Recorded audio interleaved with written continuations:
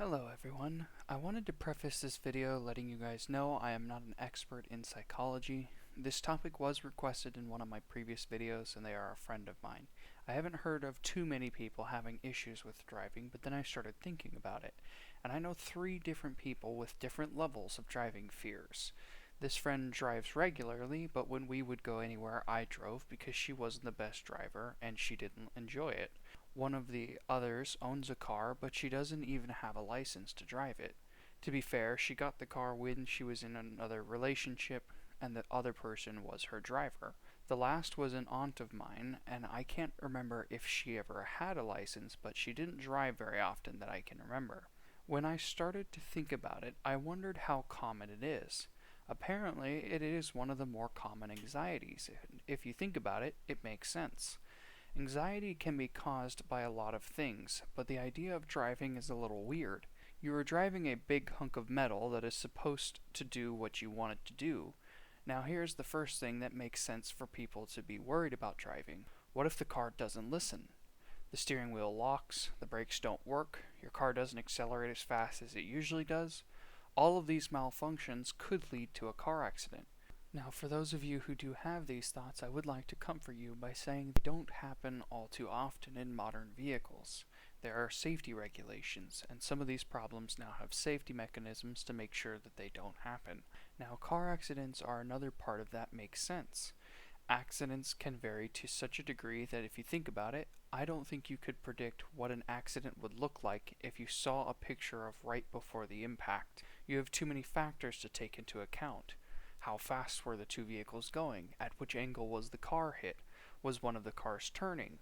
You also have to think about whether there was a car behind either one that would add to the impact. These can make the thought of car accidents, or more so being in one, a scary thought. However, once again, I would like to bring up that they don't happen all too often. I have been driving for 6 years now, and I have only been in a very slight fender bender. I was with my brother on our way to get food, and when I got tapped, the first thing I said was, "Man, I just want to go get food." Now, another fear comes from the speed. I feel like this might actually be built into us in nature. If you believe in evolution, this could make sense.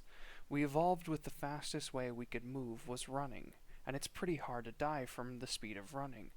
Now, as you start to find ways of increasing how fast we can move, the chance of death increases. You fall off of a horse that's moving at full speed, it's going to hurt, and it might kill you.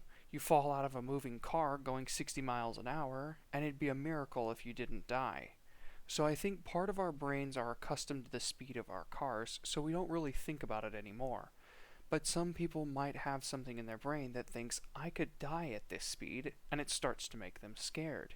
It may be a weird thought, but if you think about what causes adrenaline, usually adrenaline will kick in when your life could be on the line. Now, when you start going 60 or more miles an hour, adrenaline starts to kick in for some of these people. The part that I am not sure on is it the fact that the person consciously is scared that causes it to start? Or is it your body going, this could be bad, and so it kicks on? Now that I explained the reasons that some people could be scared, let's get into the things that might help you to reduce this anxiety. The first being, cars are getting safer and safer every year. Now, unfortunately, with any field that is ever expanding, there are some times when they create a new invention or a new technology that is supposed to keep you safe, and it fails. If this is something that worries you, stick to cars that aren't necessarily new. That way you know the car you're driving passes the safety standards and that there's nothing wrong with it. As long as your car meets these standards, it would be very uncommon to be injured enough that your life would be in danger. The next thing I would highly recommend to everyone, that doesn't just mean the people scared to drive. Everyone should adopt a defensive driving mentality. Now this means that you should always be prepared that someone around you might make a mistake. We are all humans after all. Someone might pull out in front of you, and they might have miscalculated how far away you were. Someone might not see you if you're in their blind spot, so they cut you off. I have always driven with this mentality, and I have had a few close calls, but as I said, I never truly been in an accident. One of the other methods I have used is that I always avoid accidents if possible, and then I honk. I had a girlfriend that her first reaction was to honk at anyone that did something wrong. The reason you should avoid this is, one, that might not stop the accident from happening. What if the person is deaf, or what if they're listening to really loud music? They won't even hear you honking and you will end up having an accident. 2. I don't know why, but there are a lot of people that get mad when you honk at them. It's best to just avoid this situation if possible. And 3, sometimes that person making that mistake has no other choice but to move, and because you decided to honk first, there is now an accident. I strictly reserve honking for when I am in a spot where I cannot avoid the accident. Maybe I am in the lane next to a concrete barrier and I can't slow down or speed up for some reason. Of course, in this situation, honking should be utilized. My last advice for reducing your stress while driving is listen to something you enjoy. I listen to music all the time, and more often than not, when something does happen that upsets me while I am driving, I will forget about it. I can't stay mad when I am listening to music that is too good for me to be mad. It really makes a difference. I have caught myself sometimes when I have forgotten to turn on my music or I'll be too quiet and I'm not paying it much attention. I notice in these times I get a lot more road rage. The less angry or upset you get while driving, the more you will enjoy driving. The more you enjoy driving, the more you will want to drive. This will all lead to you being more confident in your driving, and you will find more peace while driving. That is all I have for this video. It is a relatively weird topic that will not necessarily pertain to everyone, but if you did enjoy it, please let me know. I would love suggestions for fears I could cover.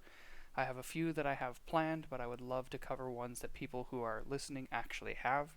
I want to help people look at their fears in a new light so that they could see that it may not be as scary, or at least not as bad as they thought. I would love for these videos to make it to more people, that way I could help them as well.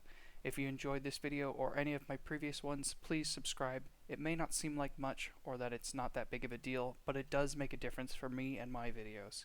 Thank you all for your time. I know there's a lot going on and I'm very grateful that people are choosing to watch these videos with their time. Anyways, I hope you're all staying safe, and as always, be careful but not scared.